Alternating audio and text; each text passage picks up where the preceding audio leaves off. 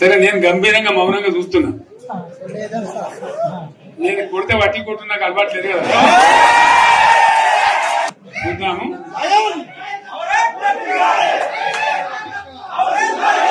నా రోజులు కానీ అన్నట్టుగా నేను చూస్తా ఉన్నా. కానీ మనోళ్ళందరూ కూడా ప్రతిపాదిస్తున్న ఏంటంటే ఒక సంవత్సరం జరిగిపోయింది, సంగమేశ్వర ఆన్నే పన్నది, బసవేశ్వర ఆన్నే పన్నది, పాలమూరు ఉత్పత్తుల పథకం ఆన్నే పన్నది, కాళేశ్వరం అట్లా ఎండ పెడుతున్నారు. ఇవన్నీ అన్యాయాలని కాబట్టి ఫిబ్రవరి నెలాఖరులో ఒక పెద్ద బహిరంగ సభ పెట్టాలి, ఇలా కథ చూడాలి జరుగుతూ ఉంది. కాబట్టి మీరు కూడా పెద్ద ఎత్తున దయచేసి ఆ సభకు కదిలి రావాలి, చాలా దూరమే ఉండదు. ఆ రకంగా తెలంగాణ శక్తి ఏందో మరొకసారి చూపించి వీళ్ళ మెడలు వంచి ఇప్పుడు సాధించాలి. భవిష్యత్తు కోసం కూడా కొట్టాడక మనం సిద్ధంగా ఉండాలని తెలియజేసుకుంటూ, పరమేశ్వర్ గారికి అంతటి లోకమంత్రం ఇది. కోటి రూపాయల భూమి ఇప్పుడు 50 లక్షల కట్టుకోలేదు.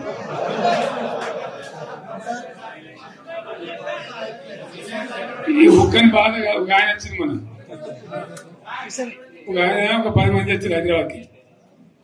అందులోకి 2 ముస్లిం సోదరులు వచ్చారు.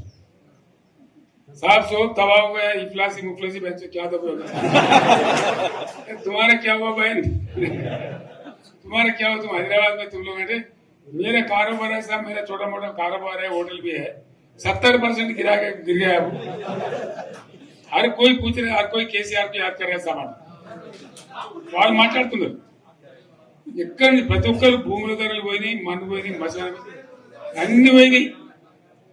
ఇంత మంచిగా 4 ఎకరాల రైతు నేను 4 కోట్ల ఆసామి అనుకుంటుండే, అంత ధీమా ఉంది. ఎంత బాగుంటే హైదరాబాద్ నుంచి అడిగితే కూడా వచ్చి మనం ఇయ్యకపోతే భూములు డిమాండ్ పెరగానని అంత బ్రహ్మాండంగా మారుమూల ప్రాంతంలో కూడా 40 లక్షలు 50 లక్షలు ఎకరానికి ఉండే. అటువంటిది సగానికి సగం పడిపోయి మొత్తం నాశనం చేసింది. వీళ్ళు ఇట్లే వదిలిపెడితే ఇంకింత నాశనం అవుతుంది. కాబట్టి మనం కొట్లాడాల్సిందే. నేను ఇంకొక మాట మీకు చెప్తా, ఎలక్షన్లలో నేను మస్తుగా చూసిన 50 ఇళ్లలో పార్టీలు గెలితే ఓడతాయి. ఇంత మాయలు ఏడాది లోపలనే కాంగ్రెస్ పార్టీ దొరికితే కొడతాం రాని అంత గొప్పగా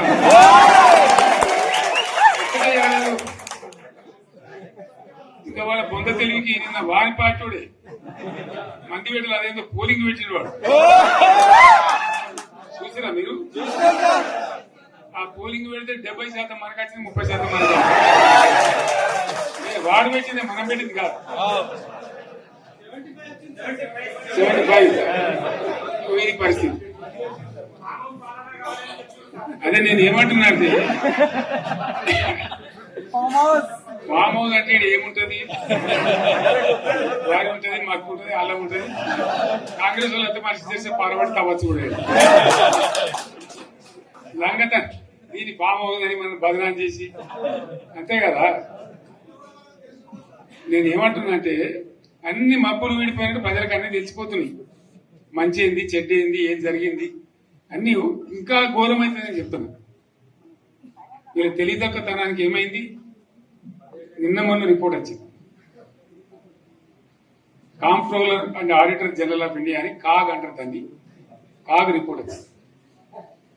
పోయిన సంవత్సరం మన గవర్నమెంట్ లో వచ్చిన ఆదాయం కంటే 13,000 కోట్ల రూపాయల ఆదాయం తగ్గిపోయింది. ఇంకా మార్చి పోయే వరకల్లా ఇంకో 3-4 వేల కోట్లు, అంటే 15,000 కోట్ల ఆదాయం పోతుంది. మన గవర్నమెంట్ ఉన్నప్పుడు ప్రతి ఏడాది 15,000 కోట్లు పెంచుకుంటూ పోయింది, చెప్పేసుకుంటూ పోయింది. ఏడాది 10 నుంచి 15,000 కోట్ల ఆదాయం పెరిగేది మన టైంలో. అంత జాగ్రత్తగా మనం వ్యవహారం చేస్తాం. ఇలా ఉల్టా 15,000 కోట్లు పడిపోయింది. ఇంకా వాడేమిస్తాడుగా, ఇంకా ఇస్తారా? ఇంకో 4-5 నెలలు అయితే జీతాలే కష్టమైంది ఉంటుంది. అందరు పెండింగ్ పెట్టి రిటైర్ అయిన దొరుకుతారు పైసలు, మీకు చూస్తారు కదా పేపర్లలో. సో ఆ విధంగా రాష్ట్ర ఆర్థిక పరిస్థితిని కూడా దివాలా తీయించారు. వాళ్ళతోనేం కాదు, 100కు 100% ఇప్పటికే ప్రజల నిర్ణయానికి వచ్చారు. డెఫినెట్ గా రాబోయే గవర్నమెంట్ మనదే అని అనుమానం కూడా అవసరం లేదు.